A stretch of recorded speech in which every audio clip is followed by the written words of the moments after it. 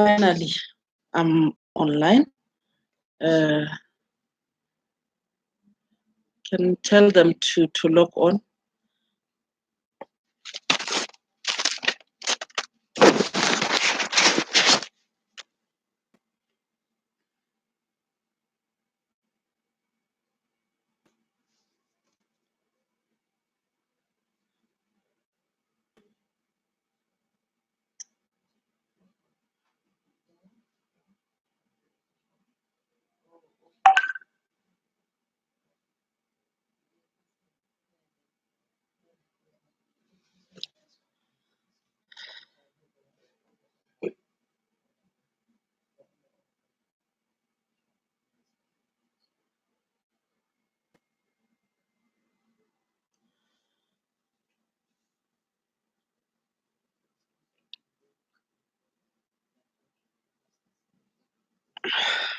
I'm so happy. I was stressed.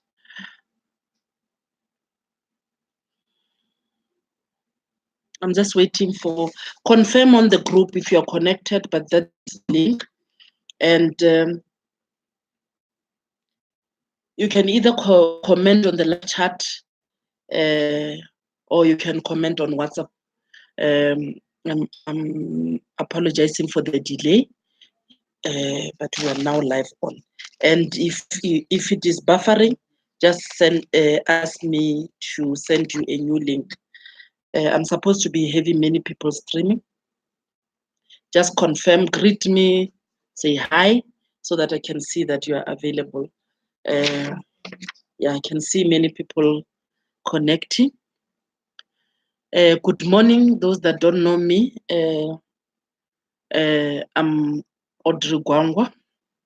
I'm your mentor in this thing. I already indicated to the candidates that are attending. I have quite a number of candidates attending here, that this is the only way to pass convincing, and I'm not in any way trying to undermine the other courses that are being presented.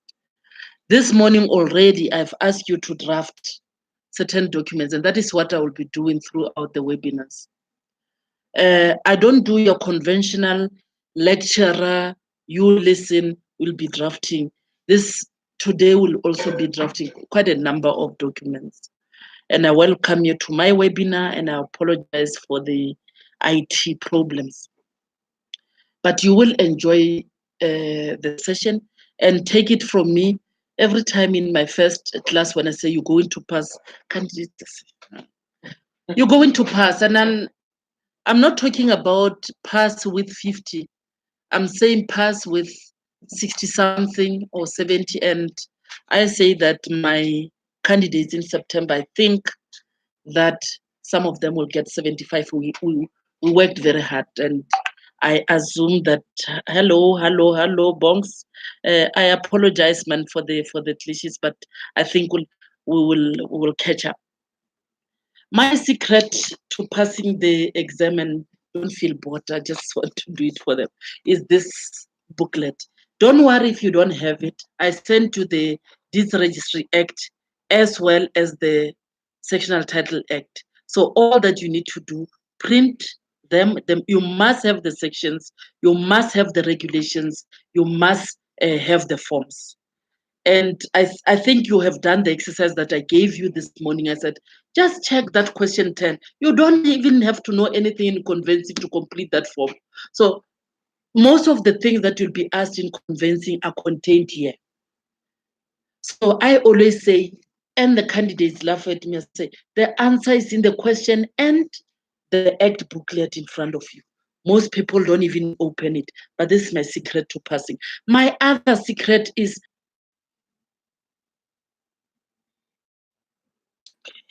there might be an interruption because of the phone call.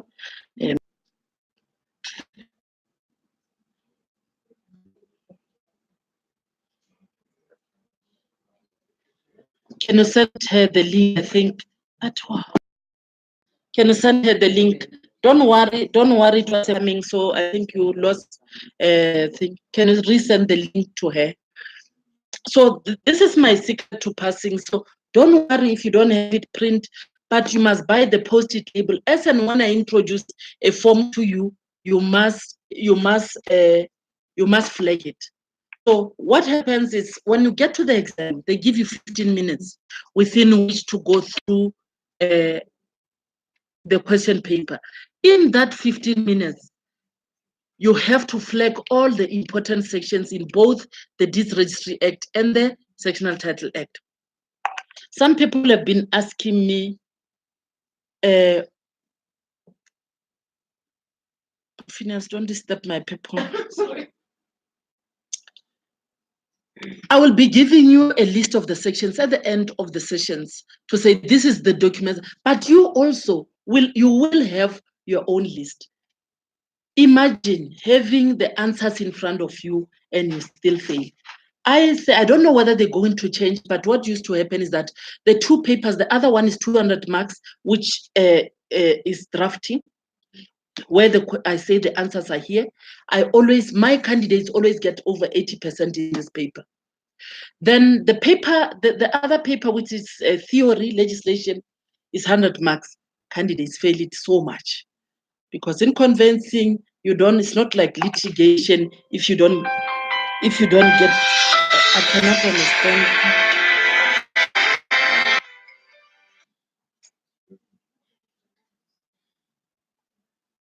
Sorry about that.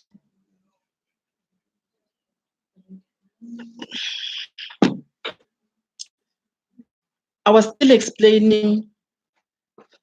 Phineas, don't disturb my people.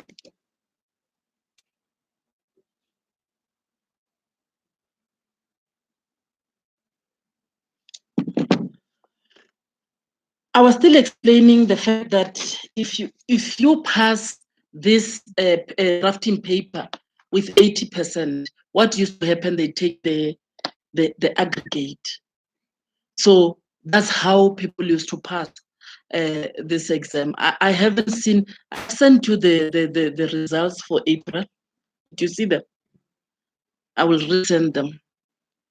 Most of the people pass, but with this this new changes, it means if you have to obtain 50 in paper 2 and 50. I don't know who is bringing the changes, but whoever is bringing the changes thought it is easier that way. But they're going to kill people. They say you retain a mark. If you retain your 80% in paper 1 and you keep on failing paper 2, what is the use?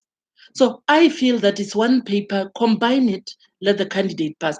And let me tell you, most of the people that pass through this one because we teach them how to draft. And this is what is going to happen. We are going to teach you how to draft, and that is what I do in most of the webinars. I'm telling you, go and attend a course. Imagine me reading through this and not allowing you to draft. Then you get a drafting question. You don't know what to do with the draft. The candidates were so frustrated. A week before they wrote in September, on the 11th, they changed this the dates. They changed everything. So they had a choice of writing both the papers on one day, on the 11th, and they also had a choice of writing paper 1 on the 11th and paper 2 on the 28th. So it was quite a big. I just said, and I can be quoted, that somebody thought that they can write and pass with all those changes. There was no need for them to rush. So it affected candidates a lot. Because if you had plans for the 28th, you were forced to write, which is not the same. You would write 6 hours on the 11th, others write 2 hours, then 2 weeks later they write the other paper. So it's not this. So I don't know what's going to happen in April, but I think they're going to separate the two. Look at me. It does not matter what they do, and the examiners will tell you. You can write this year and write another next year. It's about the preparation that goes into the 2 papers. Whether you write the 6 hours or you write 2 or 4, then what you put in is what you get out. And is there many people understanding convincing? How many trainers do you know of convincing? Very limited. Why? Because there's few trainers, and the kind of training that we give, is training that will not enable you to pass. So that's why I decided on this kind of sessions where we make you to draft and draft and draft. Not 4 hours. 4 hours is nothing. So we'll do that. What I've candidates asked me to do, I'll do a roster for the entire year so that you can project how much is going to be. I also do one-on-ones, which are very, very effective because I look at you, we go through the work together. I don't expect you to have prepared. What are you, Mahamba, was it you when you said, I want to, what will you prepare here? You're going to confuse yourself. It's something new to all of you. So I'm going to work. I'm not lazy.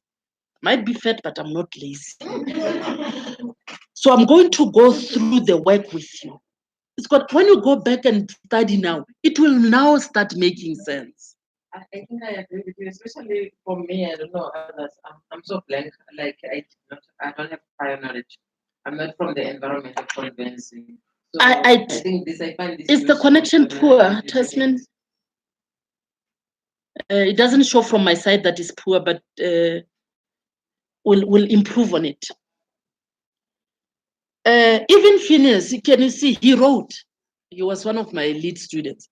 But he will, can you see, he will learn. Why? Because you forget. I say forget what you know and start learning afresh. And I say, just give me 2 minutes. Here's my IT guy. They nearly killed me. No, it didn't. It was go alive. It's okay, Mara. Because through 8 hours and I don't know what was the problem.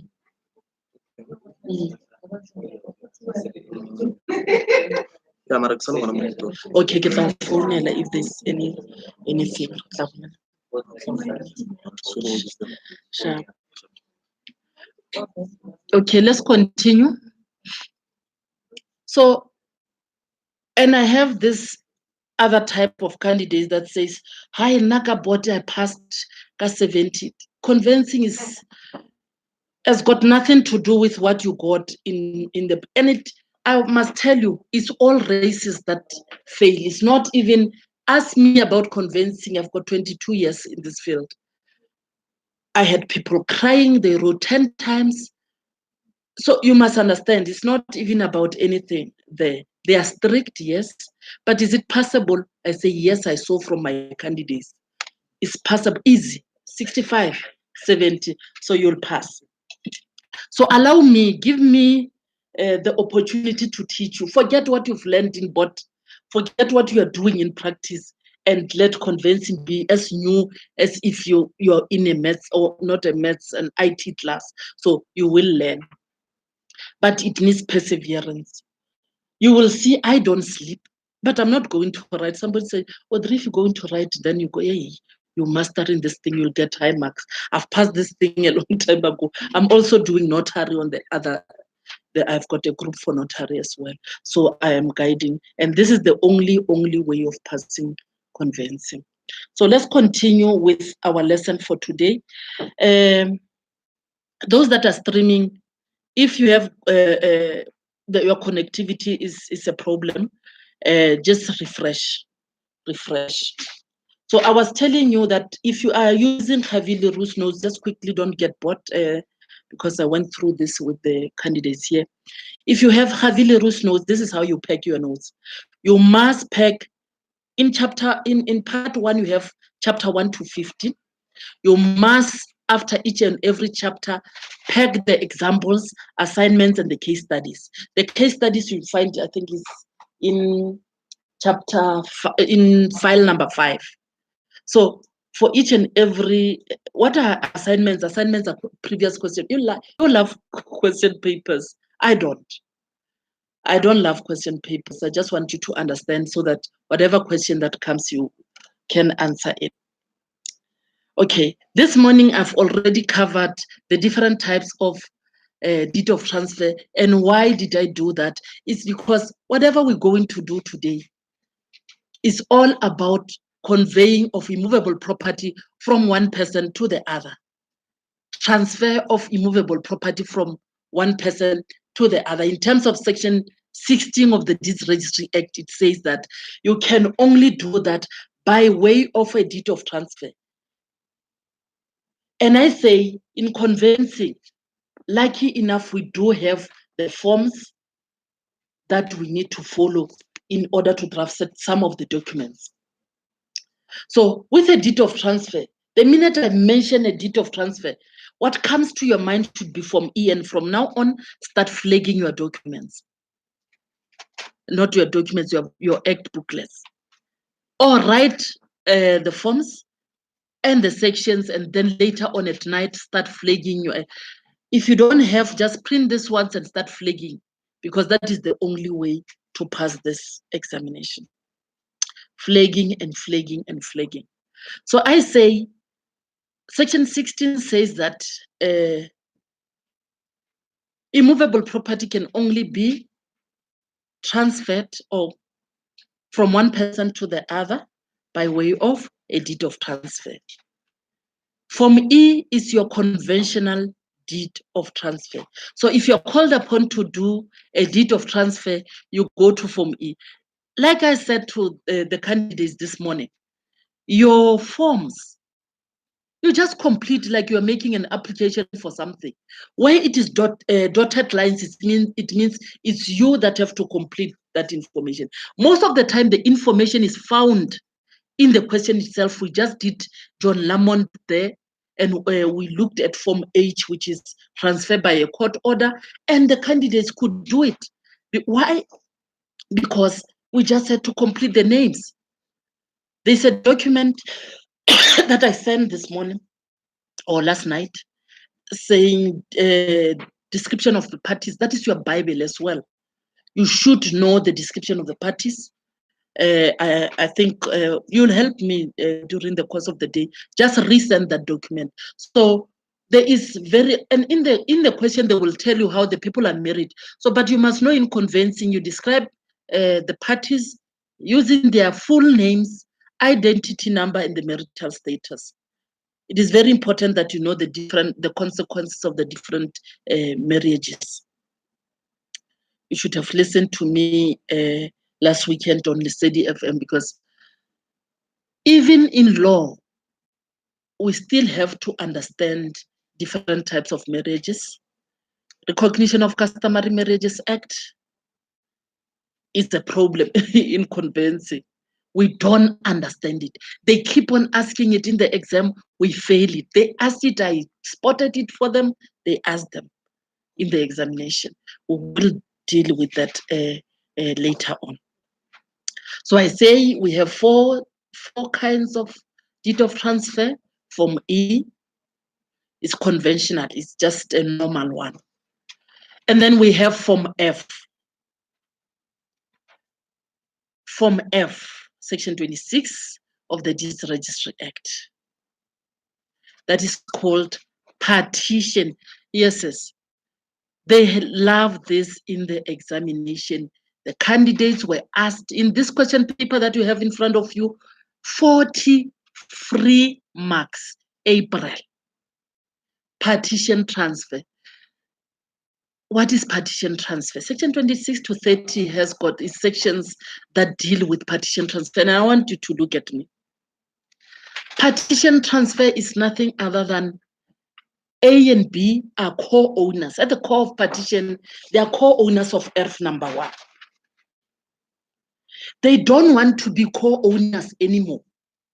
So they agree, and at the core of partition transfer is agreement. They agree to partition. And in your notes, if you're using Chavis chapter 8, don't look at your notes. You look at your notes later on. I said don't prepare so that you can start understanding.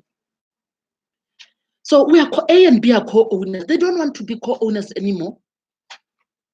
There's 2 ways in which you do your partition.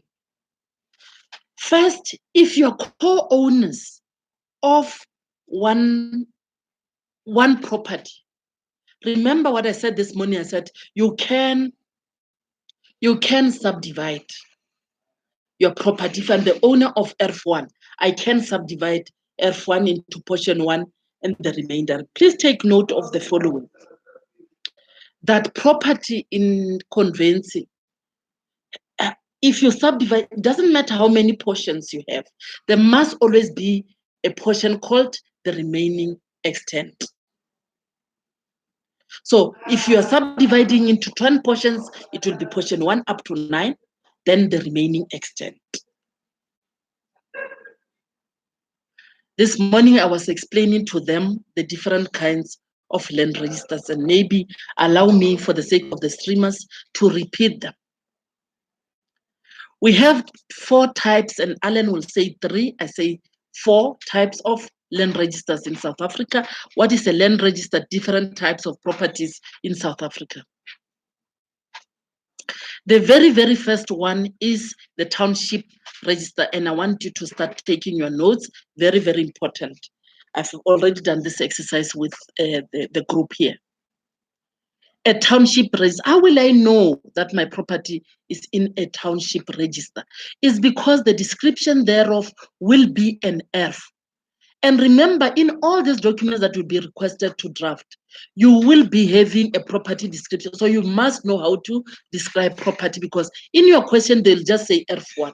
But you need to know how you describe it in the documents that you'll be drafting. How do we get to a township? I must explain to you that in order for a person to open a township, you will be the owner of a big piece of land called a farm. Then you approach your land surveyor or architect, who will then say, I want to open a township, and that township will be called Linwood Extension 1. It will consist of 100 erven. So the land surveyor will, according to what you say you need, draft you what is called a general plan. And you'll hear me again and again saying, all the properties in South Africa have got what I call a birth certificate. What is a birth certificate for properties? I say is either it will be depicted on a general plan or what is called a diagram. If you go to on the documents that I've sent, you'll see that example 4H and I depicts a general plan. A general plan is a very big, it's on an A3, it's a plan of a township. It will consist of several properties. It depicts the extents, the location, the boundaries of those erven. So it's either a property will be depicted on a general plan. I want you to go to the examples. You have the notes. I also send the examples to you. Example 4H is a general plan. So you'll see that it has got F1, 2, 3, many properties on one plan. And this plan, after being drafted by the land surveyor, will have to be submitted to the Office of the Surveyor General, SG. So it will be given an SG number upon approval. You will see that most of those plans or diagrams will be SG1 of 2019. So that SG represents the Surveyor General approval number. So that is the SG number. So that general plan will depict more than 2 properties on it. So then you also have what is called a diagram. A diagram will be on an A4. It just zooms into that one property, and it will show the location, the extent, and the boundary of that particular. I think it's from example 4I there. It will just show this one ERF in that particular township or farm.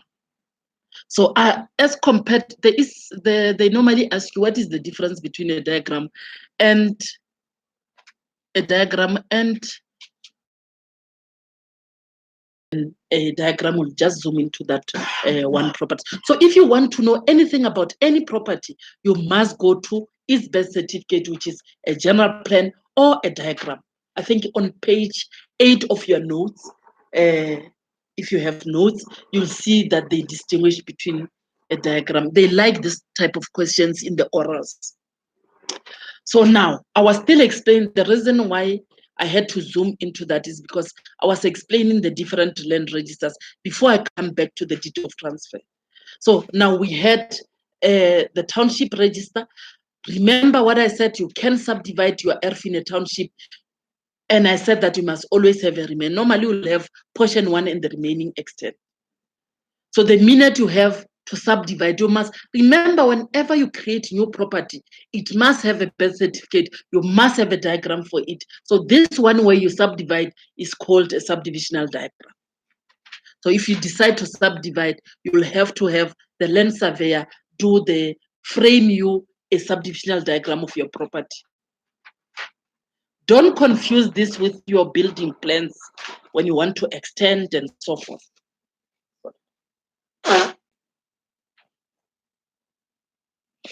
So these are the this is a I want to subdivide my property is to begin. Remember, in conveyancing, whenever we talk about this Erven, we're not talking about the houses. We're talking about the land. It's only in sectional title that you hear me talking about the buildings, not here in conveyancing. So think about whatever I'm saying as the land that is being subdivided.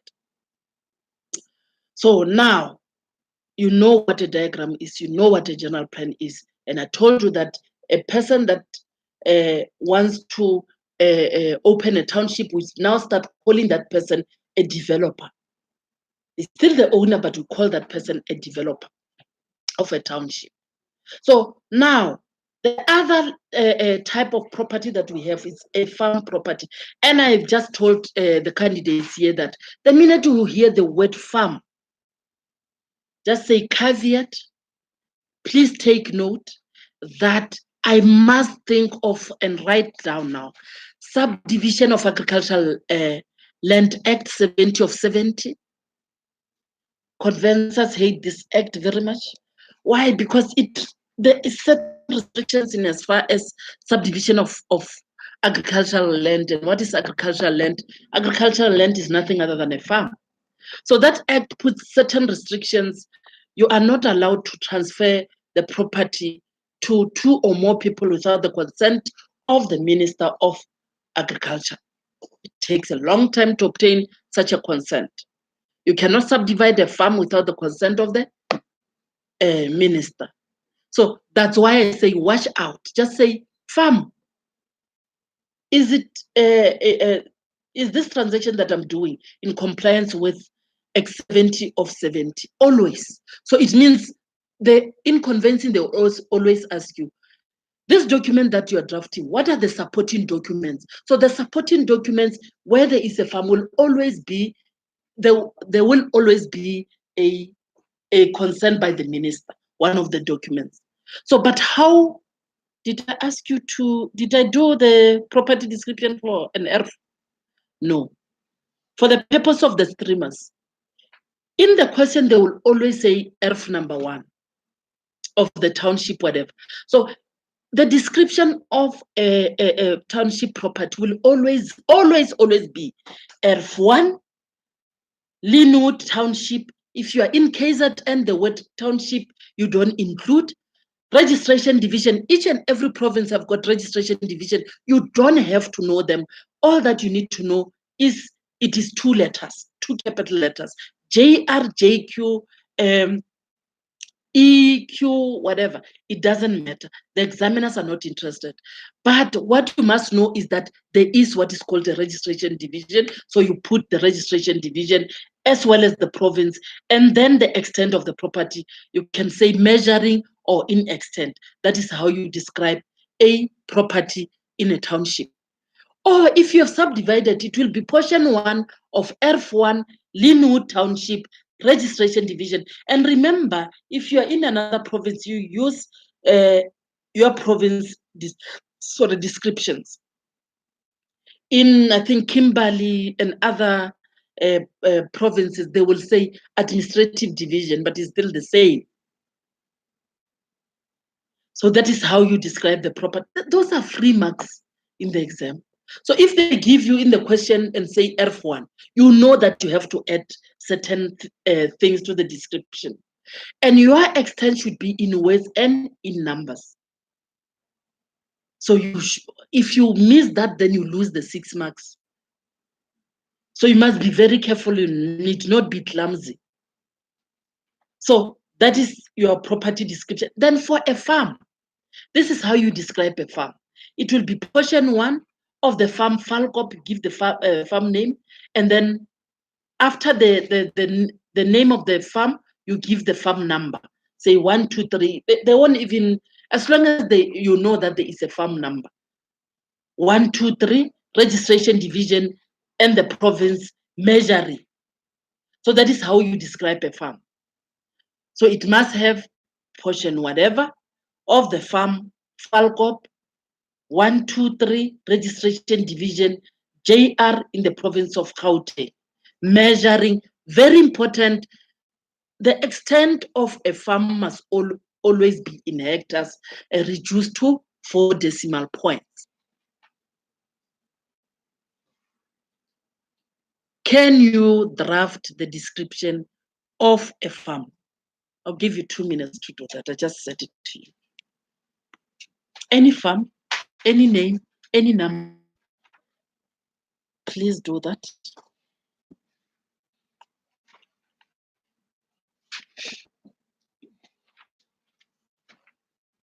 In the description, in the property description, is there any particular that you have to give with commas? Commas, just portion lines. Or different lines. Mm. Doesn't have to. But it doesn't matter as long as you put it nicely. Okay. Mm. Okay, I can't write it continuously because that's what I was trying to figure out. Okay. Just check example 4A there. 4A. Do you have examples? Okay, I'm sending them through. Why do I see my picture here?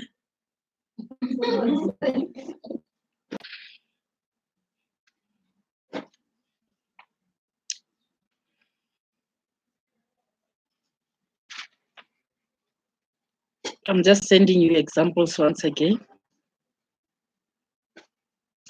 Whatever I share with you, I share with you because you have paid for this session. I don't expect, you know what was happening with me the last time?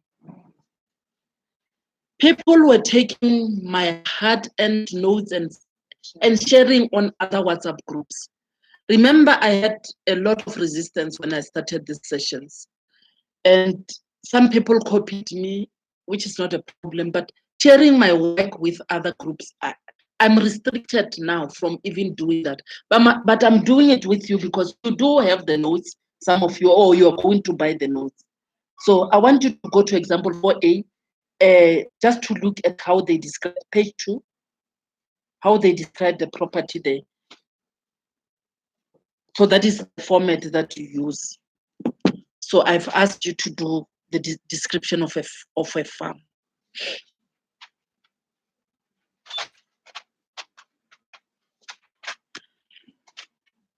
Just 2 minutes, description of a farm. You're gonna suffer if you are lazy in this class. You'll be drafting the whole day. Description of a farm, easy. You won't find it in the examples. The examples I was just showing you how it's done.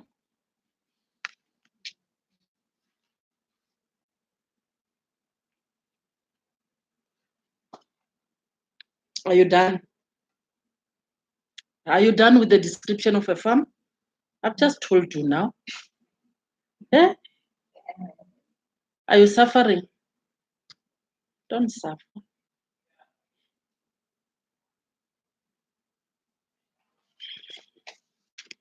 I'm looking for a cheat document, the section for you. Are you done with the description? Streamers, you must talk to me on the chat, live chat, or on WhatsApp. I must see if you're still alive.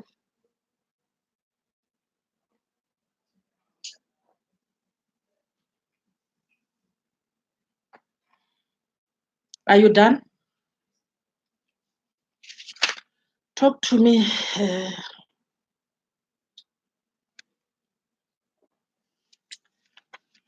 Just as a cheat section for the description, the cheat there, remember my cheat approach?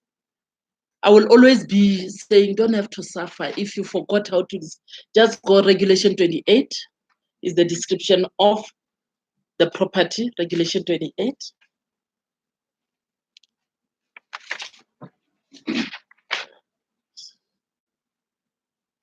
Can you see it? Okay. The cheat for the description is Regulation 28, but you don't have to, because the description of the properties are easy, man. Very, very easy. So now, the third description or type of property or land register is what is called the agricultural holding, prevalent in the former Transvaal. You are very young. Do you still remember Transvaal? Yeah, the former Transvaal. We do have what is called agricultural holdings. They are not agricultural land. Agricultural land is a farm. Agricultural holding is another type. It also have to be depicted in hectares. The extent should be in hectares. How do we describe an agricultural holding? It is holding one of the Centurion Agricultural Holdings Registration Division, JR, in the province of Gauteng, measuring or in extent, it should be in hectares. That is the description of an agricultural holding. Do they ask about it in the exam? Not often, but they like the following questions. They like the description of an agriculture. It is not shareholding. I don't know where the candidates get shareholding, but it's just holding. And then the other question that they will ask you is, can you open a township register on an agricultural holding? The answer is no. It has to be moved from the agricultural holding register into a farm register before you can open a town. You can register a sectional title register on it. Or if it is a township, remember a township is opened on a farm. You can't open a township over an agricultural holding. It has to move. They call that process excision. You don't have to worry about it. Excision.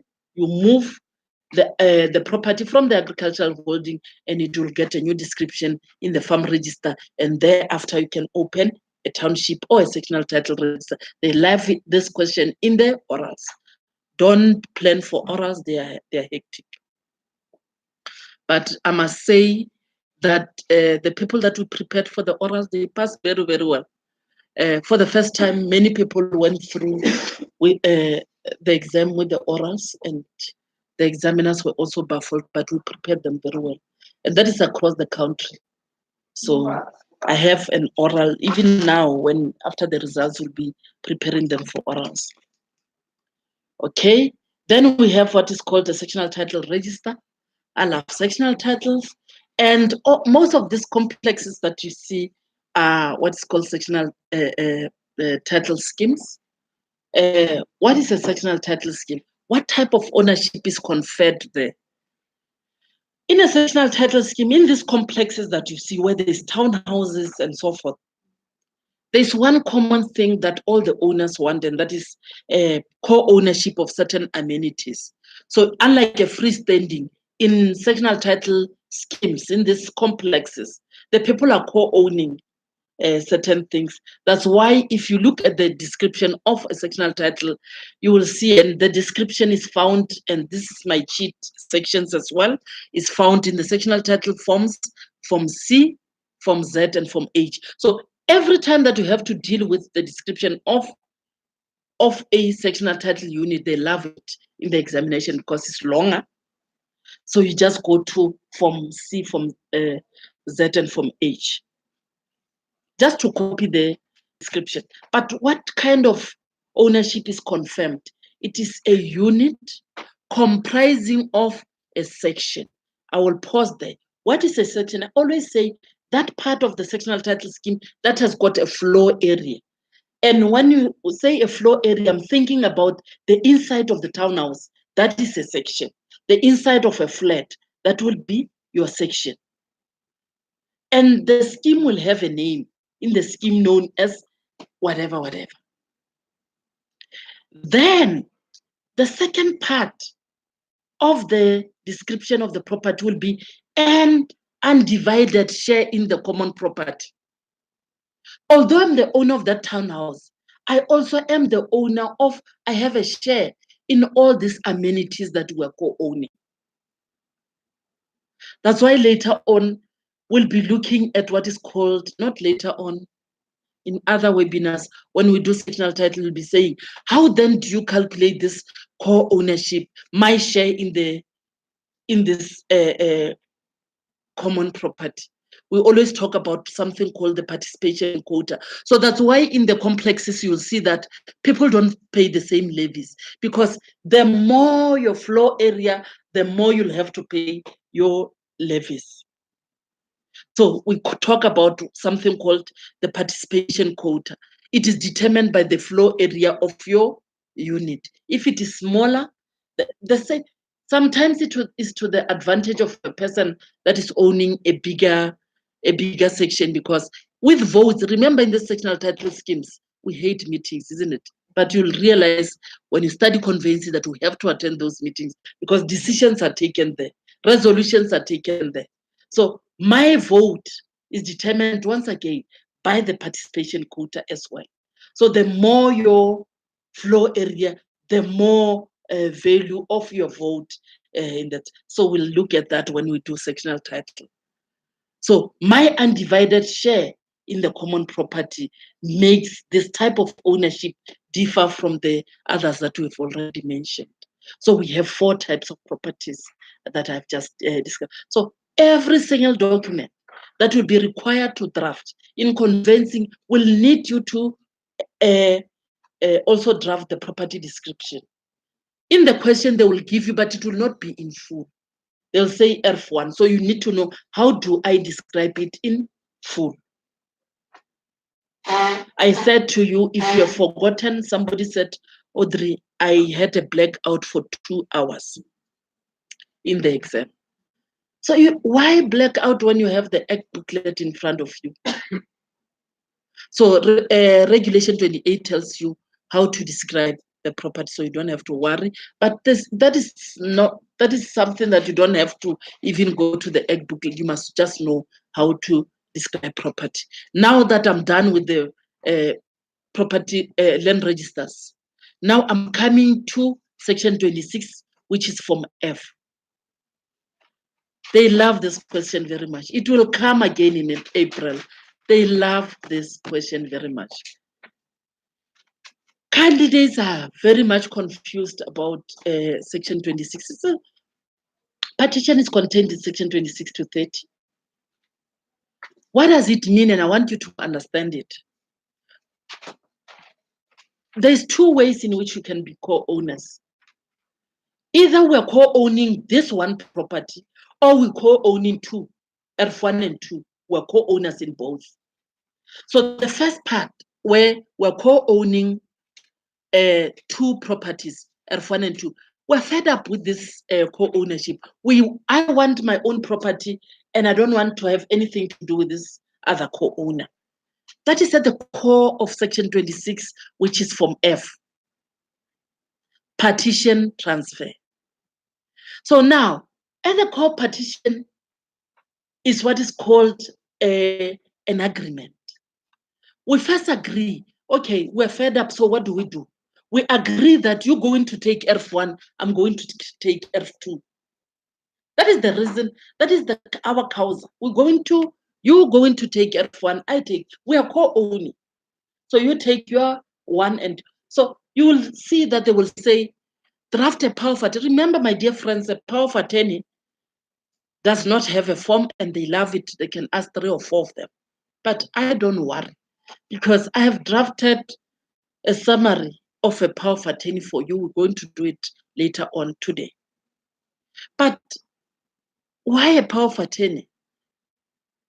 Section 20 of the Deeds Registry Act says that, we have talked about 16, which says that in order for me to transfer my immovable property, or I have to do it by way of a deed of transfer. We've already seen deed of transfer from E. We are discussing from F now. They say, you as the owner of this property, or a conveyancer must appear before the Registrar of Deeds to pass transfer of this property from yourself to a new owner. So that is section 20 at the core of this power of attorney. And I know that you draft power of attorney on a daily basis as attorneys. But this is a special type of a power of attorney that is prescribed in terms of the Deeds Registry Act. It is saying the owner or a conveyancer, I didn't say an attorney or notary, I said, or a conveyancer duly authorized by the owner must go and appear before the Registrar of Deeds and pass transfer. That's why on a daily basis in the deeds registries between 8 and 11, your conveyancers are there passing transfer on a daily basis from one person to the other. So that's why then, as a supporting document to any deed of transfer, except the other ones that you don't need a power of attorney, for example, the one that we just did this morning from H by a court order, you don't need a power of attorney. But this one, a conventional one of the supporting documents will be the very, very first document that you draft as a conveyancer will be the power of attorney, wherein the owner appoint a conveyancer to go and appear before the Registrar of Deeds. Remember, for each and every deed of transfer, there must be a reason. Why are you passing transfer? You can't so much just pass transfer. What is the reason? And that reason in conveyancing is called the causa. Either you have sold, or either it's an inheritance, what else? A donation, a transfer from the sheriff, because they would have attached your property. What else can you think about? What can be a reason to pass transfer? Inheritance, I said it. Donation. So those are what is called causa, the reason why you pass. So in the power of attorney, will say, you conveyancer, you're going to go and appear before the Registrar of Deeds and tell the Registrar of Deeds that I sold the property on this date for this amount to this person. That person, the one that is transferring is called the transferor, the one that is receiving is called the transferee. Those are wording that we use in conveyancing. So in your power of attorney, you will have the transferor, the property description, and the transferee. That's why one of the chapters in conveyancing is the power of attorney. They love it very much. In partition, they still love it. 40 free marks, if you ask me. They ask it year in, year out. Understand what partition is.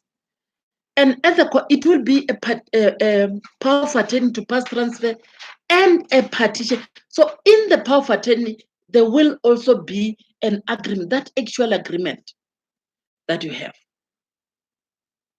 To say we're agreeing that you take ERF1, I take ERF2. But then the problem becomes where candidates get confused here. We're the owner of one property, but we still are fed up with being co-owners. So what do? Then we agree to subdivide. Remember subdivision this morning? Where you said to subdivide your property into portion 1 and the remaining extent. So we agree, you take portion 1, I take the remaining extent. It's as simple, my dear friends, as that. How the candidates get confused, I honestly do not know. But I must tell you at this early stage of convincing that your memos in as far as partition transfers is concerned are wrong. Because this in that partition, in that power of attorney, they say, we hereby declare that we have agreed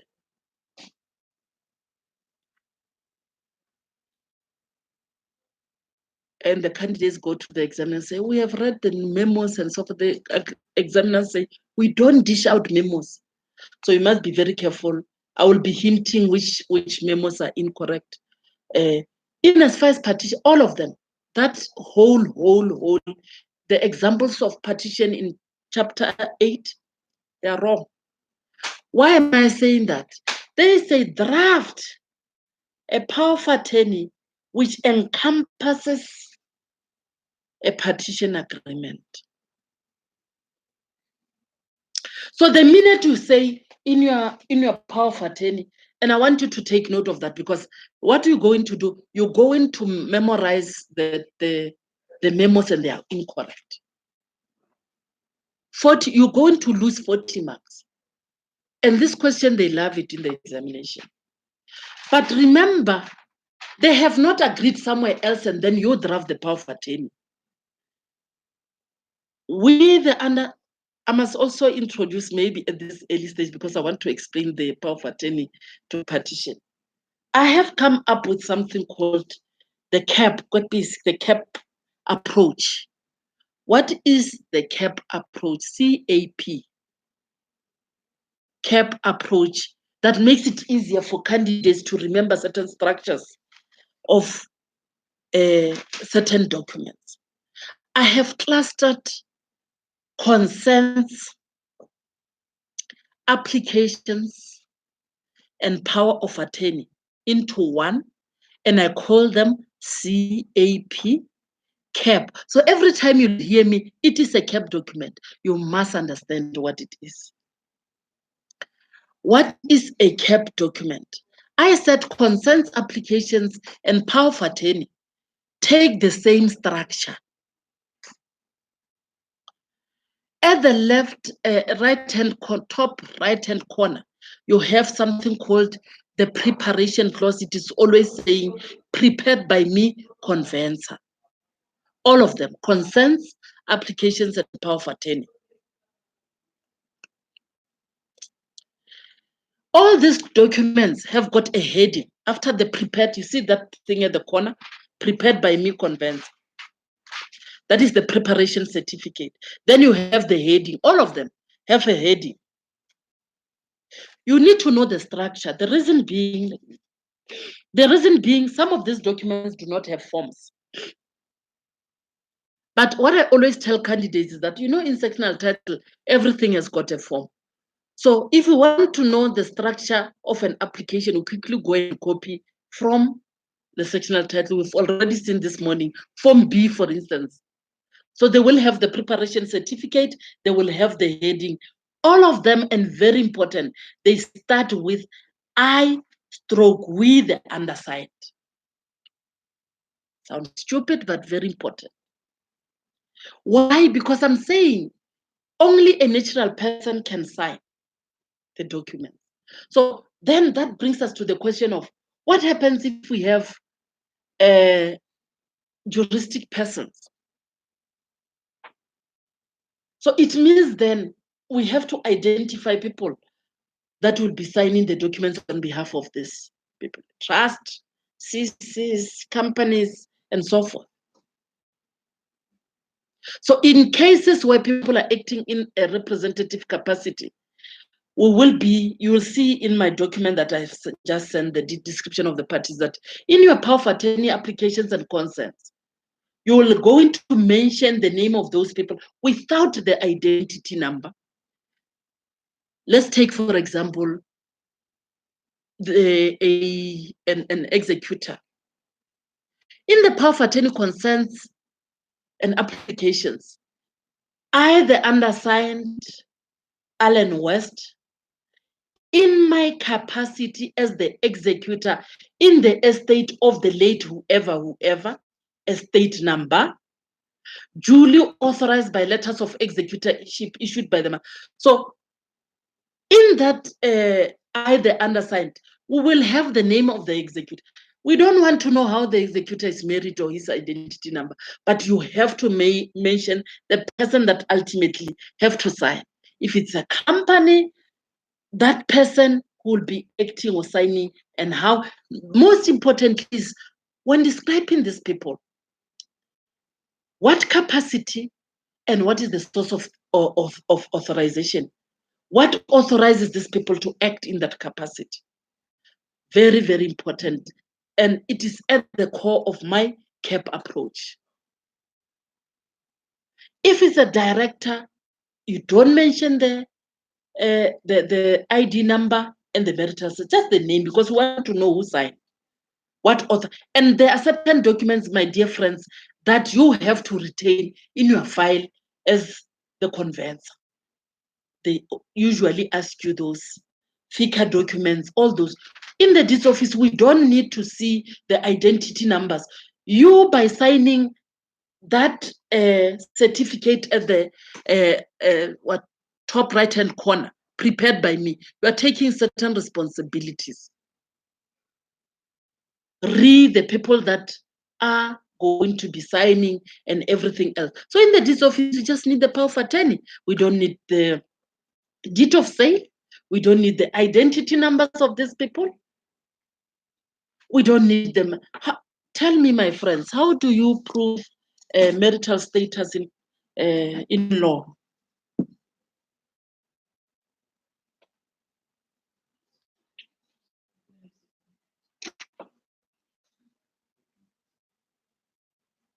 Yeah? You're lawyers. How do you prove marital status? It's not a difficult question. They come to you, they want to be selling. How do you prove marital status? Eh? Okay, I'll call you. I am divorced. I have a marriage certificate. Do they cancel them? I'm not a lawyer. Do they cancel marriage certificates when you divorce? No. So now I'm asking again. What is it that you will accept when you're complying with FICA to say this person is married? Hmm? Very good. Marital status affidavit. Very important. It sounds like an easy question. Did you hear it? I'll get a marriage certificate. It doesn't say anything. Oh, he just rocks up there and say, I'm not married. Will you take his word for it? No. Make him to do an affidavit. Marital. Those are some of the documents, the initial documents that you have to make this person sign. Very, very important. Now I'm coming to the most important discussion. I say, they are there in your office. They come in matching outfits now. They come and say, we are selling our property. Then they say, are you married? They look at each other. No, we're not sure. Look, we had our ceremony, traditional wedding. In December, we're having a white wedding. We're still planning it and so forth. That's why we're selling the house and so forth. You are the conveyancer. You need to make a determination to say, what is the marital status of these people? They are telling you the facts. Are they married? How can you say, I didn't tell you all the facts? How do you come to such a conclusion? I just said they are in matching outfits and they had a traditional wedding. That's all I said. Those are the two things that I said. It's not an easy call, and this question was asked in both the papers now that they wrote. What is it? What are the requirements for a valid customary marriage?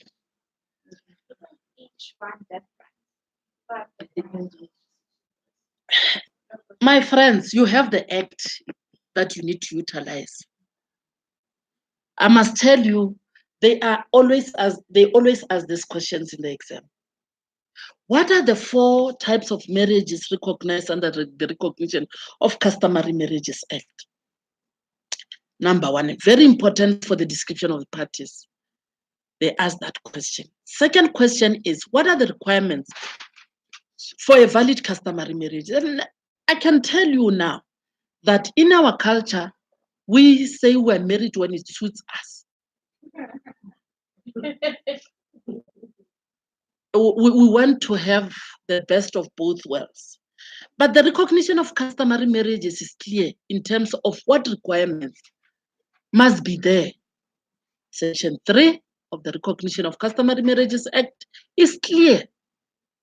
The first requirement is saying that they must be over the age of 18 years and above.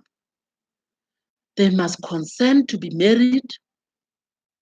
They ask this, do you believe me when I say they ask this question in the exam?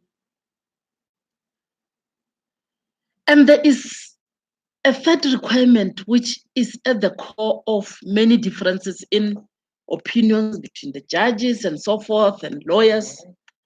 What is it?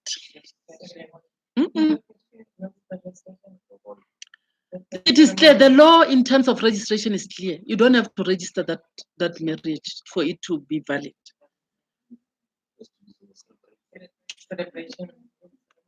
I want you to know those three things. Marriage must have been entered into, celebrated, or negotiated. Does it not say that? In terms of customary law.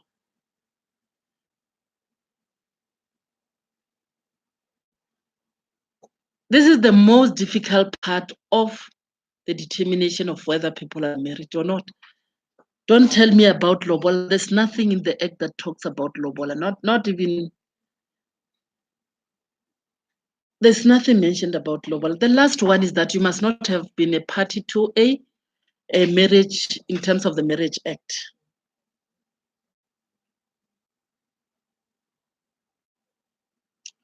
The description of parties in married under the recognition of customary marriages, they love it in the exam because candidates confuse it.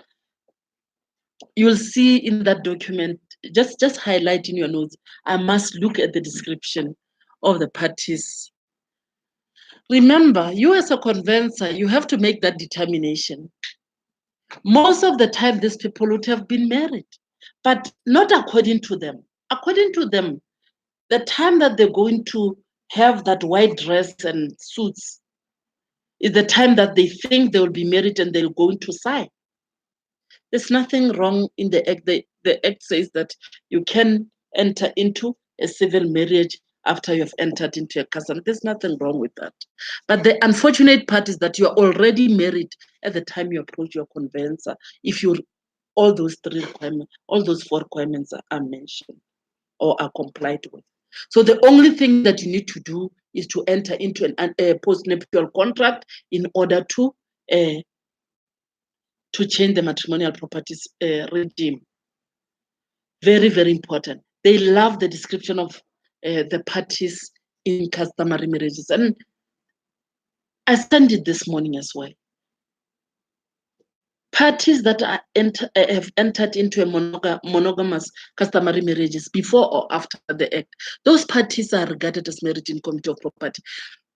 They love this question in the exam. Why? Because you're thinking about customary marriages and whatever you want to describe them somehow, but they are just married in committee of property. They're like your parties that have entered into a marriage in committee of property in terms of the Marriage Act.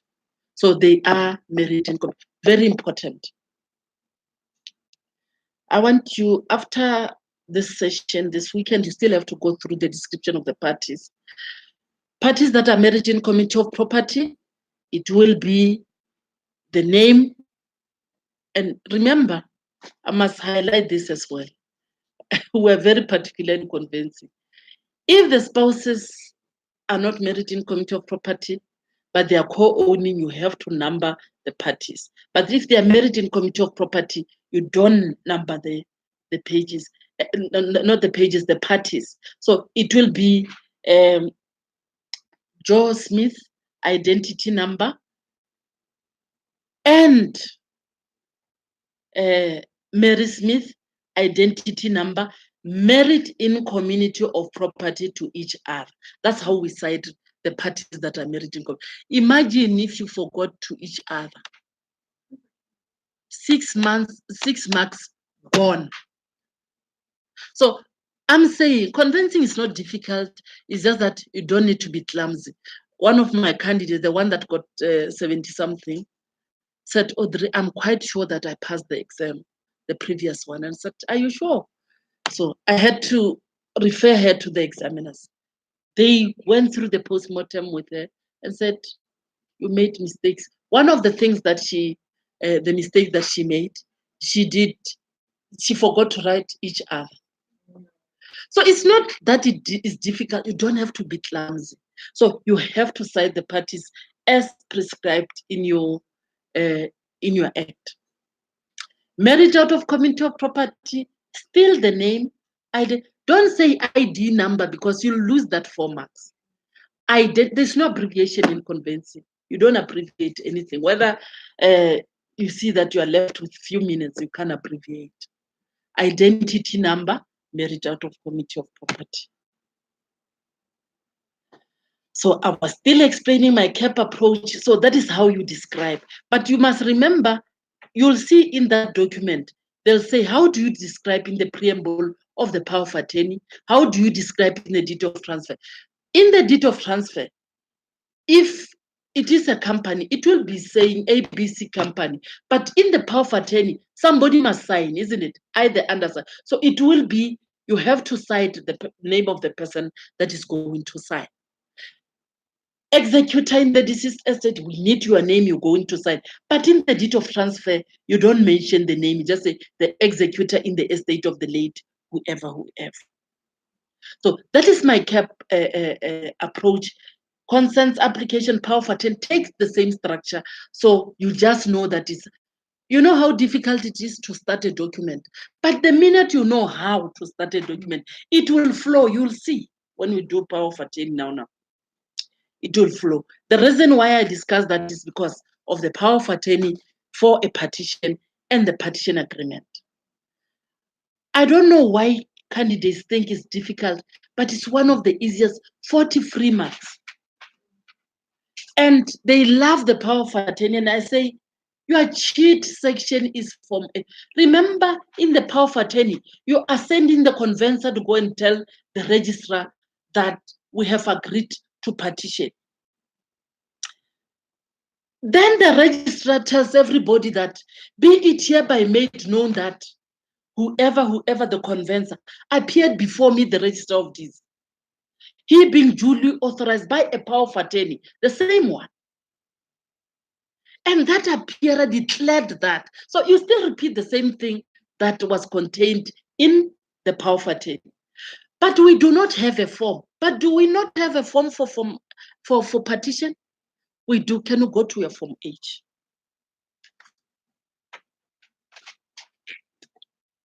Why do you leave me to say Form H, Form F? Check Form F. I say to candidates, look at Form F. The registrar is telling us. But where does he get it? He gets it from the power of attorney. So it's exactly the same wording. In the power of attorney, it will be with the undersigned. Whoever and whoever. Being the joint owners of, let's say, ERF1, you give the full property description, and ERF2, full property description. The next paragraph will be, do hereby agreed. There it will say they have to declare that whereas those people have agreed. It's the same wording. Can you see that, Libon? So when you are called upon to do a power of attorney for a partition, which they love, is 40 marks, 40 free marks. You go to Form H, you use the wording, but remember what I said about your model answers. So that's why I hate question papers.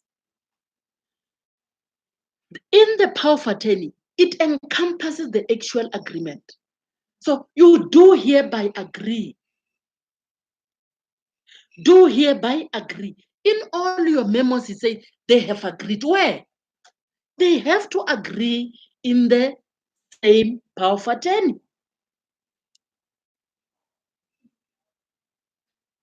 So be very careful of the wording.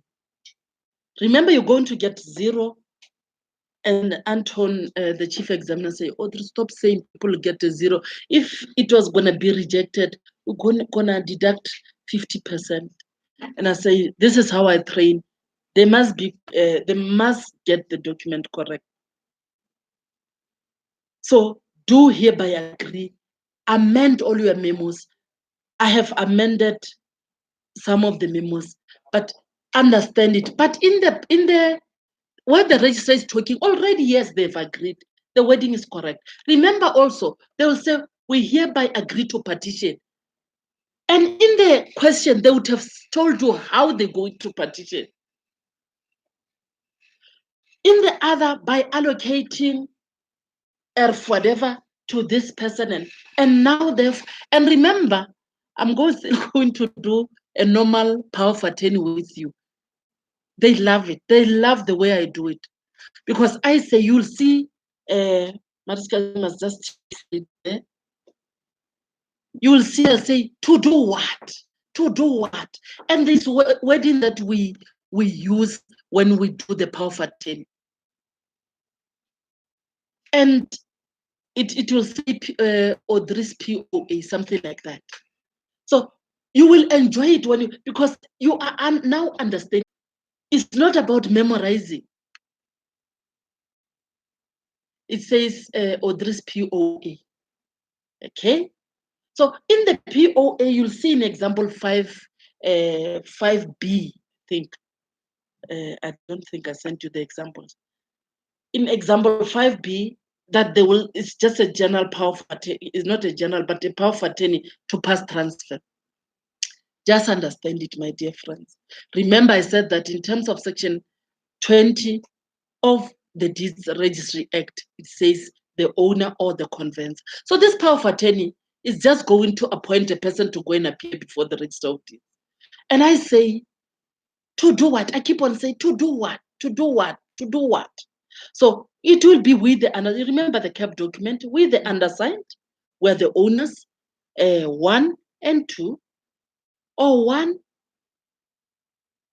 do hereby, and we say NCA, do hereby nominate, constitute, and appoint. And then you will see that it is they will have 2 or more conveyancers. Why? Because we don't know on the date of registration of this property which of our conveyancers will be available. So they normally will appoint many. NCA. I get it, section 20 says, you the undersigned, you have to, the owner, you appoint the conveyancer to go and appear. I must also mention the fact that the person that prepares the documents, the conveyancer, it can be a conveyancer or a notary or an attorney. You can do it now. You can prepare your own documents, but they have to be countersigned by a conveyancer. So that person is called the preparer. I want you to write the following sections down. Section 15, Regulation 43, and Regulation 44A. That is the Bible of the conveyancer. Why am I saying that? By signing that preparation clause, top right-hand corner of the power of attorney or the deed, you are taking certain responsibilities as a conveyancer. This conveyancer is not the same one. It can be, but it's not the same one as the one that is going to register. This one is the Regulation 43 and 44A. So in the exam, they say, what are the responsibilities of the conveyancer that signs the preparation clause? So it can be anyone. It can be an attorney or a notary, but countersigned by a conveyancer. So he assumes certain responsibilities. I've already indicated to you that some of the things, documents have to remain in the file of the conveyancer. You need to know the responsibilities. There's 5 of them. They like 5 of them, so you need to know them. For example, one of the responsibilities is to say that the person that is signing the power of attorney is duly authorized. So you'll be having letters of executorship or a resolution that is in your file, because you'd have seen that, oh, in terms of the resolution, this person can sign. So those, you must know that. So that conveyancer or attorney or notary that signs the preparation clause takes those responsibilities. Did you understand that? So now, but that document is prepared by, it can be prepared by any conveyancer across the country, or attorney across the country, or notary, but it needs to be countersigned. Now, there's a difference between what is called an appearer and a preparer. An appearer is the one that is going to appear. So there's this one that drafted the document, there's this one that is going to appear. So now, after the preparation clause, we, the undersigned, we say, do hereby nominate, constitute, and appoint. Then you can list a number of conveyancers there, because we don't know on the day of registration who will be available. Okay? But we don't leave it at that. We say, we continue and say, but what if all of them are not there? Then we say, with the power of substitution. So it gives whoever has been appointed to appoint another one. Easy. Easy. What am I doing now? I am doing an analysis of a power of attorney to pass transfer, which is the first document that needs to be signed before you can even start drafting the deed of transfer. We, the undersigned, the undersigned, Alan West, identity number, and I gave you a tip that don't waste time trying to remember the identity number. I would not even remember a single number. Use your own, change 1 digit. Even on the husband, use the same number, change 1 digit. Your own, because your own, you know it.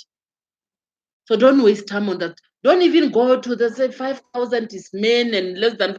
They don't look at, they don't have time to look at that. Use the shortest names. You don't have to use yours. If it's Audrey Gwangwa, I would have lost 2 minutes. I would have just written Joe Bule or something. It's a short name. So then the undersigned, whoever, if a person is acting in a representative capacity, only the name, not the ID number, not the marital status. So if it's the executor, just the undersigned Audrey Gwangwa, and you leave it at that. You don't say I did it. We don't need the identity number. We don't need the marital status of a person acting in a representative capacity. We only need 2 things. The capacity. What are you in this whole transaction? Executor, sheriff, guardian, all those. Curator, trustee. We need only the, let's say you had enough time and you wrote the identity number of this person. Unfortunately, dear friends, you're going to get 0. Yes. So I always tell candidates, convincing is not difficult. It just needs you not to make those small mistakes. So you don't put the identity number. So it is very important that you read the document that I've sent you. Also, they also love descriptions of parties that are married by foreign marriages. They love them. Somebody, I had an argument with one guy the other time that convincing changes tried law that we know and understand. In convincing, we don't have to know the proprietary consequences of the marriage, a foreign marriage, whether it has the consequence of being in community or out of community. That is not our duty. All that you need to know with foreign marriages is that the spouse must assist when passing transfer. And you are not married according to the laws of another country. Married, which marriage is governed by the laws of Zambia. The minute you say married according to the laws of Zambia, wrong. And duly assisted by the spouse. So you'll see that in that document, it tells you how to describe the parties. If he is receiving the property this person married in Zambia, it will be exactly the same description, but you don't make reference to the spouse. You can't say duly assisted, it's not his receiving. I always say you must always distinguish between where a person is the transferee, the transferor, and how you describe them in the power of attorney. I'm saying that because with minors, you'll see in that document that a minor can receive property. There's nothing, doesn't have to be assisted. But a minor, when passing transfer, that is a different case altogether. The same applies to a mental patient. So you must know all those descriptions. So when you are the transfer, you can receive property if you're a mental patient. So there's nothing wrong. But the minute you start passing transfer, then that's where then somebody will act on your behalf. I don't know whether you understand me. So in the description of the parties, my dear friends, you have to distinguish between the transferor, the transferee, and how you describe these people in the power of attorney. Because in the power of attorney, we the undersigned, so somebody must sign. Are you with me? Go back to partition now. So with the partition power of agreement, once again, same scenario. We will be, we the undersigned, can it ever be either undersigned? Eh? In partition. Why? Because you're always dealing with co-owners. So it will be we the undersigned. Then you mention one, whoever, two. And remember, when you do one and two, you don't put and. It's only in marriage in community of property that you put and. What will happen if you put and where spouses are buried out of community of property? 0 out of 6. So you need to know these things. So 1, whoever, 2, whoever. Do hereby NCA with the power, what is NCA? Nominate, constitute, and appoint. Already you are there. And you mentioned the list of those conveyancers. They are called appearers because we're appointing them to go and appear before the registrar of deeds. With the power of substitution. Why did I say that? Yeah, you don't know who will be available on the day of registration. So he can appoint someone.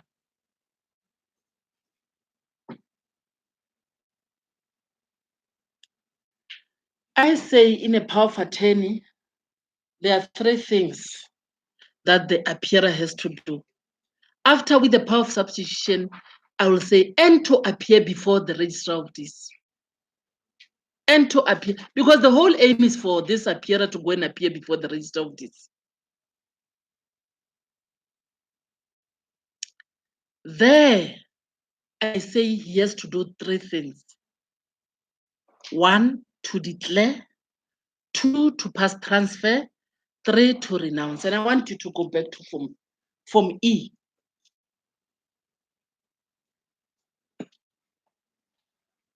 Can you go to? We haven't even started.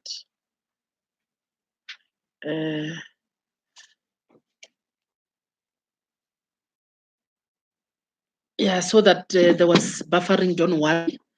I was just saying they must check form E. What time are we going to break for lunch? Okay, we're going to break at 1 for 30 minutes for lunch. If you check under Oh, you want an hour? I normally don't even have this lunch, like 15 minutes, but I understand it's day one. So if you go and check, the registrar will say, and the appearer declared that. Can you see that?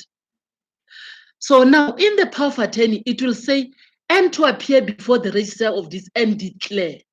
One is going to declare. That declare is the causa. What happened? Why is there going to be a transfer? And then after they've declared, you will see that and pass transfer to, can you see that? Somewhere where it says pass transfer. In full and free. Can you see that? Pass transfer. In your Form E, there should be somewhere where it talks about pass transfer. Immediately after, and the appearer declared that, then it will be the causa. Then there should be something talking about passing of transfer. And that will be the description of the transferee.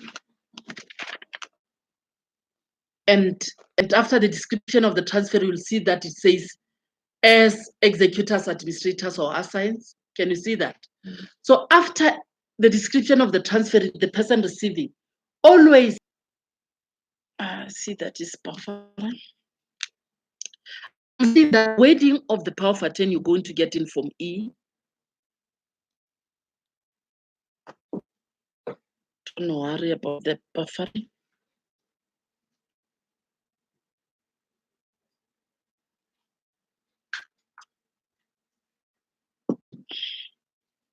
So the wording of the power of attorney, you'll get it. So now, because we're doing partition Form F, so there, the two owners, we tell the set of facts will tell you whether they're owning one property or they're owning two properties. So immediately after the description of the parties in the power of attorney, you say being the joint owners either of F1 or the two properties. And the next thing you say, do hereby agree to partition, and the wording you're going to get it in Form F. So in Form F, you will realize that it talks about subdivision. Does it not talk about subdivision? So that is in cases where they are the owners of one property, they subdivide it to be two properties so that each can get portion one, can get a portion, the one will get portion one, and in the set of facts, they will tell you that they've agreed that A will get portion one and B will get. So you tell us the agreement. What is it that they've agreed upon? And after you've told us, then you tell us that you are now NCA. You are appointing the conveyancer to go and appear before the register of this to pass transfer to. Then you tell us to A, what? This property, to B, what? This property. And then that's it. And you tell us if there is any consideration that has been paid,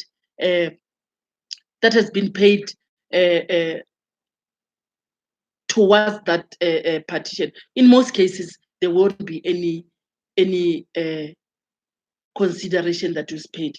Having said that, I want us to go to April 29. I want us to draft now. I draft with you.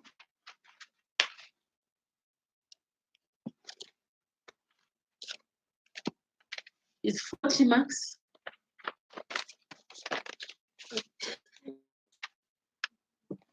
Don't be lazy. Otherwise, convincing will be very hard for you. We are drafting the power partition agreement and the power of attorney. I'm going to assist you. Form F. But the power of attorney does not have a form. Can you take a picture of that question and send? Sean Pen. Not Sean Pen and pen. It must be question 3. 3 is community of property.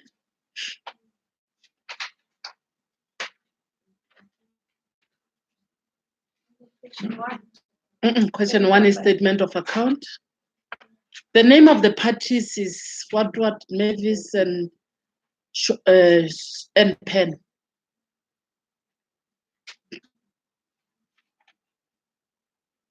It's 40 marks. It's not question 1. Question 1 is statement. Question 5. Let's do question 5 together.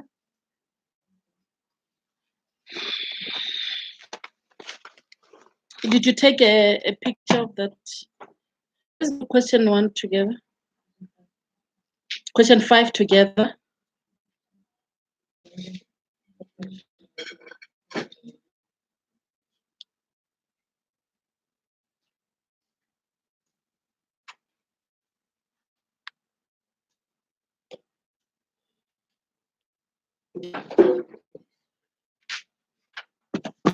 Okay. Did you send it? Don't be scared. It's nothing.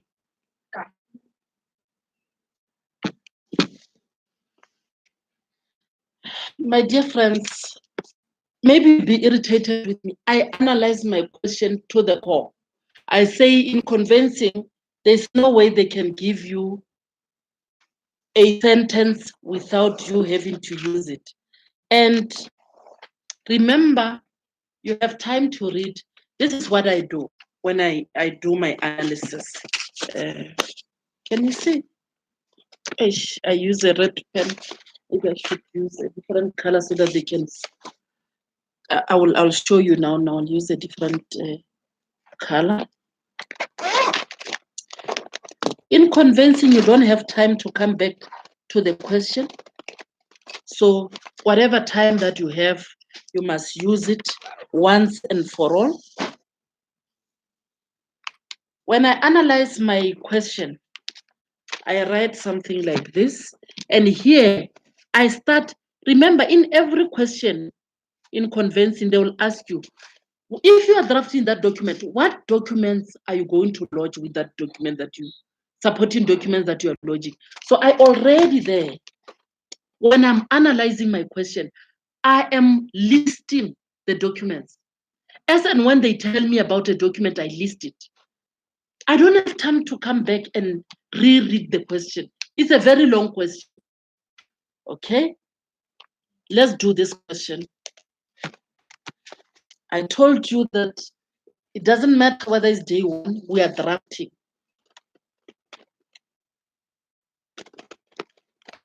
I did send you the examples of chapter 8. Did you get them? Okay.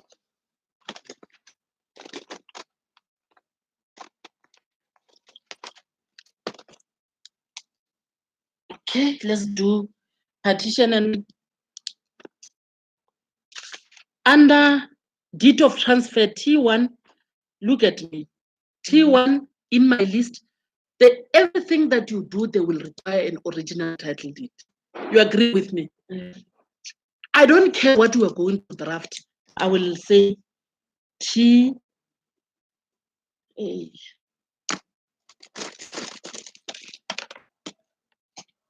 I will write T1. This is the title deed of 2005. And I must also tell you a secret. This assignments that I'm talking about, all the questions are set from the assignments. All of them. I've done memos for many question papers. All of them, not even a single one is not out of this. So I will send you now. They say the property described as ERF12. I love drawing my title deeds. I'm not good in drawing, but I do draw my title deeds. I don't know what's wrong with my pens. Not writing. Can I hate that one? Okay. I will sort myself out. And what I can tell you, and there was one lady that said, Audrey, when you ask us to draft, you also draft. I say, yes, I draft so that I can feel what you're going through. I draft with you. So now, the minute they tell you a title deed, my dear friends, I draw my title deed. I draw my title deed and say, okay, this is what they are talking about. And inside that, I say, ERF, what is the ERF? ERF 12, I think. Douglasdale. Is it Douglasdale? Douglasdale. I write the property description inside of my title deed. So I also know that my title deed number is T1 of 2005. Okay, is there any extent there? 2000. So I already know that in my title deed, this is how the description is. It's registered in the names. And I was saying, guys, sometimes candidates just fail the exam because they want to fail. They give you the look and pen identity number. In Jolamon, they didn't give us. This time they give us, yeah. And pen identity. Already we have how many marks here? Over 12 marks just by describing these people. They gave you in the question. That's why I always say the answer is in the question. So, and another thing, they just say Mavis Mavis Ball is divorced. It's unmarried. So there's no bond there. The following subdivisional, you remember what a diagram is? Eh? You remember what a diagram is? Okay, they say they present you with this diagram. SG3 of 2000. Don't even panic. There's nothing difficult about this. So it says it's in respect of portion 1. Candidates here then start wondering. You don't wonder. I just write what they've given me. I just summarize what they've given me. They say equals to 800 square meters. They didn't tell us what we do with the diagram. And then B, SG4. SG, remember I said surveyor general number 4 of 2006 is respect of portion 2. Candidates want to do something here. They haven't told us anything about this. We just take the facts. Equals to 600 square meters. Okay. They say the owners of portion, who are the owners of portion 1? The owners of the entire F12 is still MPen and Mavis Ball. You agree with me? So who are the owners of portion 1? It will still be them. So it means at some stage, this portion 1, this whole property is going to be subdivided into portion 1 and the remaining extent. You agree with me? In order to get portion 1. But portion 1 you have seen. Have you seen portion 1 somewhere? Yes. They say it's 800 square meters. Can you see it? So it means if portion 1 is 800 square meters, then the remaining extent will be what? 1.2 square meters. You agree with me? So at this stage, they told us only about portion 1. So what we know is that this RF12 was subdivided in portion 1 and the remaining extent. Now let's hear. They say, the owner sold portion 1 to MedMax. Identity number unmarried. So it N and Mavis sold to MedMax. Okay, let's see what happened. They sold that portion 1. So prior to MedMax taking transfer, he married Cecilia Brown. They even give you the description, the ID number. The parties did not conclude an antenuptial contract, so they are married ICOP. You agree with me? Okay. Did you send us? Okay. Then, oh, you did only the the African version, do the English version. So they said married Cecilia Brown. At this stage, you summarize, you just say married CB, MD, MM. So you are summarizing for yourself.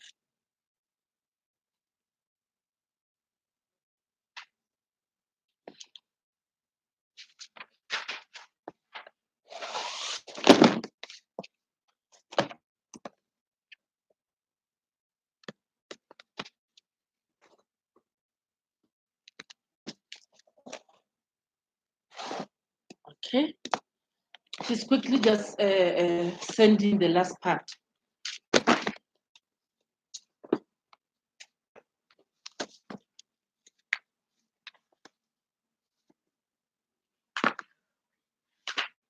You're tired.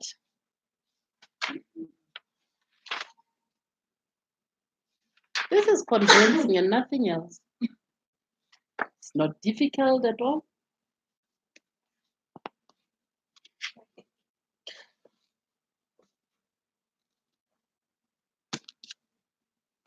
All right. So don't worry about portion 2 because they haven't told us anything about portion 2 as yet. Okay, let's continue.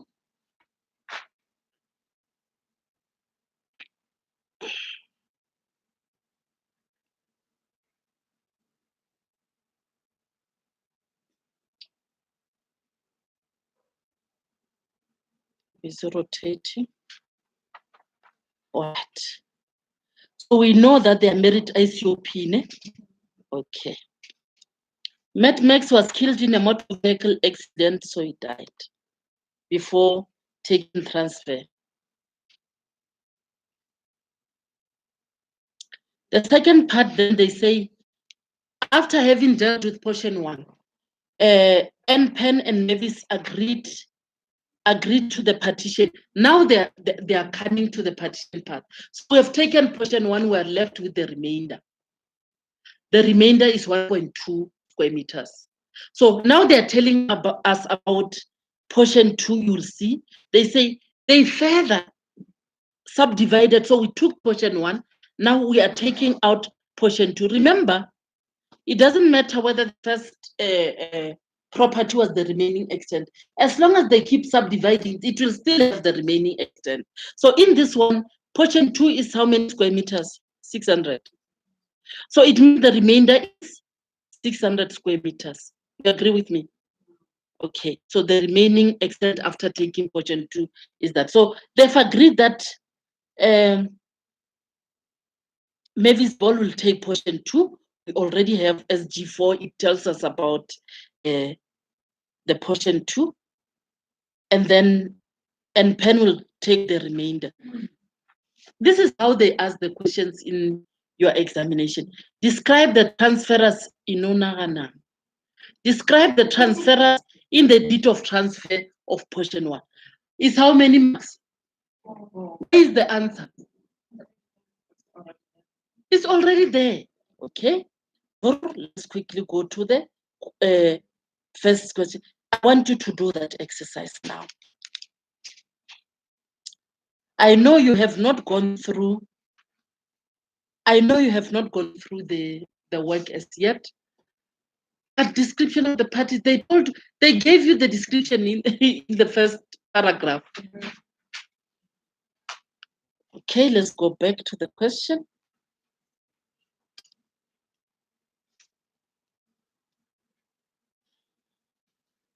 How do we describe who is transferring? I want you to do that and it will correct you now. Remember what I told you about the numbering and so forth. Do that, let's see.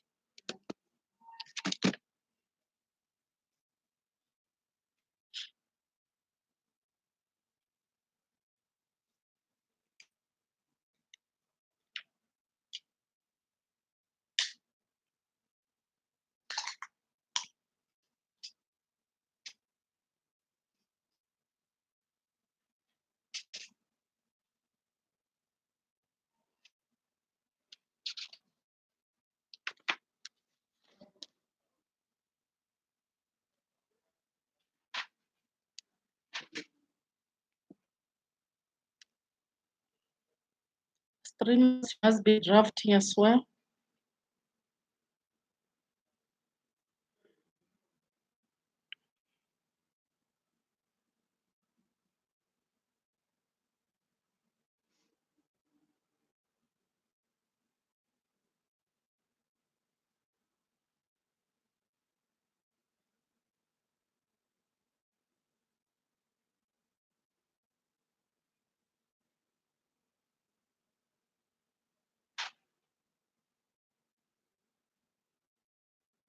Are you done?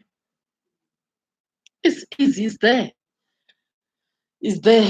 Your answer should be, they said describe them where. It doesn't matter, no? Whether it is in the power of attorney or is in the deed, it doesn't matter. With undersigned 1 and pen, identity number, you copy the one that is there. 2, you don't put it. 2, Mavis Ball, identity number, unmarried. Who got it? Why didn't you get it? Tell me the mistake. You put and. You did it, you got it right. Yeah. Okay. I didn't put the No, you don't put with the undersigned. Just the description of that is. You see, this is the only way of learning conveyancing. You'll never forget this. And the likelihood of this question coming as it is great. But is it wrong if I put with the undersigned? But what did they say? No, if they say in the power of attorney, what did they say? What is the question?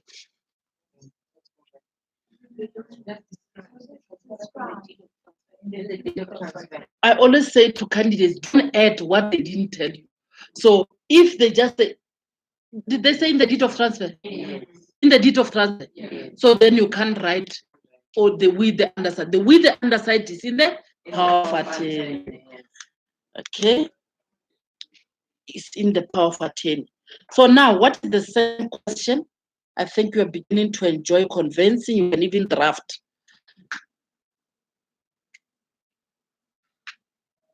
But you sound tired, and there's no, there's still a whole.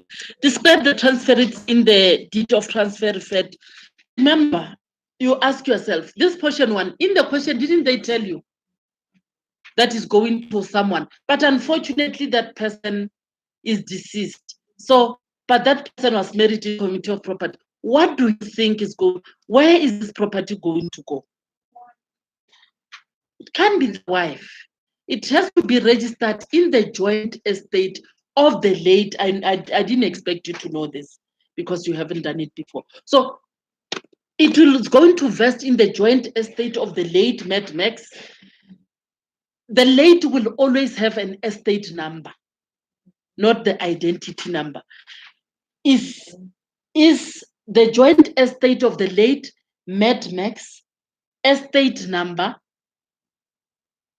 and his surviving spouse, Cecilia Brown, identity number, unmarried. That's the description of it is the joint, the property will vest in the joint estate of the late person and the surviving spouse. Okay. They were married in committee of property. He died before the property could be registered in the. Remember, in conveyancing, it doesn't matter. Even if the property can be transferred 100 times, you're going to do transfer from this one to this one, from this one to this. So you must follow the sequence of transactions. So this one must first vest in the joint estate before anything can be done. So it will be the joint estate. You agree with me with the joint estate of the late Mad Max. As long as we are saying the late, we must always refer to the estate number, no longer the identity number. And his surviving spouse, Cecilia Brown, identity number they've given you, unmarried. That is what they want in this description. However, my dear friends, I want you to go to example 4A. Please send the examples to you just a few minutes ago.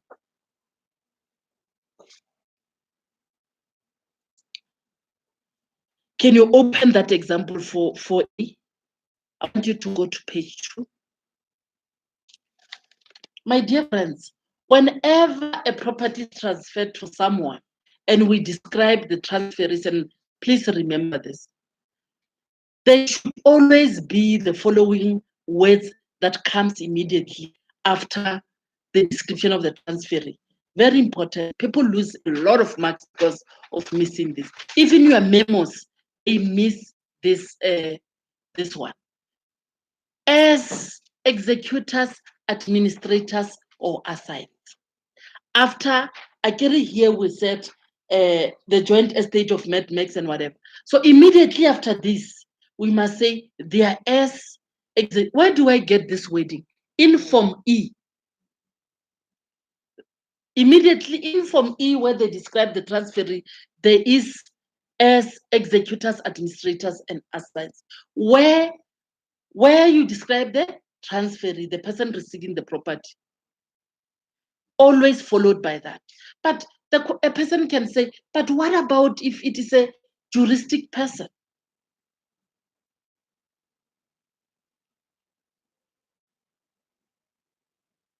If you go to that footnote number 8 there, you all have this. I send it to you.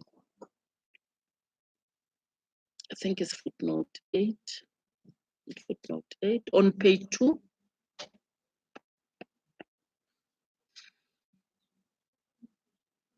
Is it page 2? Let's see.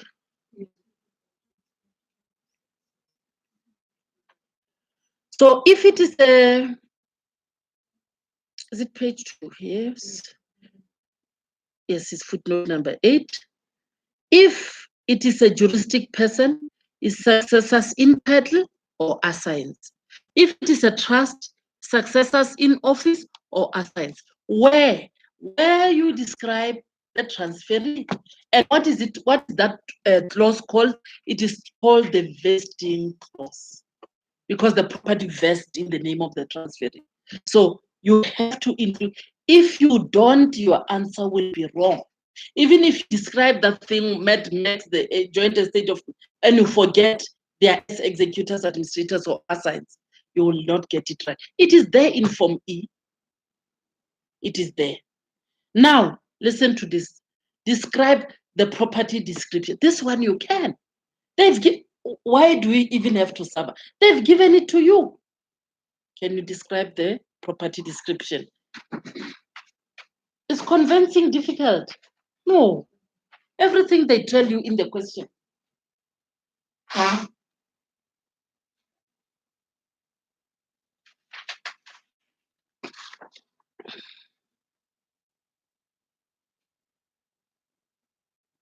This is the property going to Mad Max. They're asking you. In fact, they've told you in the even on paragraph A, they told you what the property description is. This morning I've told you how to describe property that is in a township.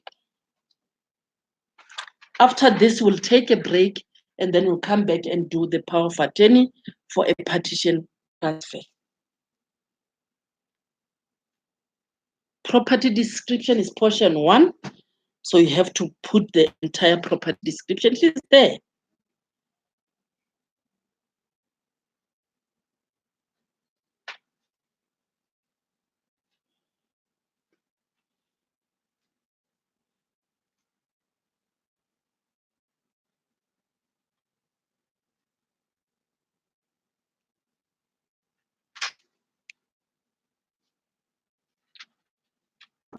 Are you done?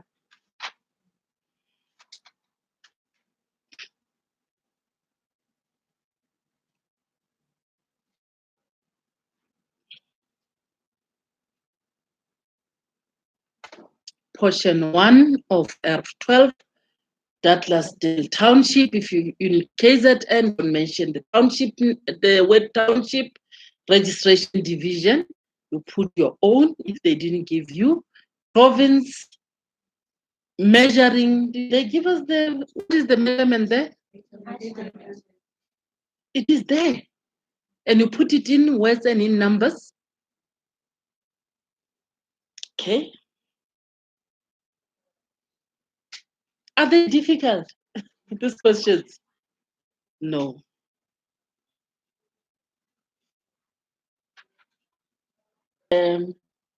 Description, portion 1, ERF12, Douglasdale Township, registration division, JR. I saw it was during portion 1 of ERF2, Douglasdale Township, Registration Division, JR, Province of Gauteng, measuring in words and in numbers. Leave that as will more fully, I'll explain it later when I do extending process.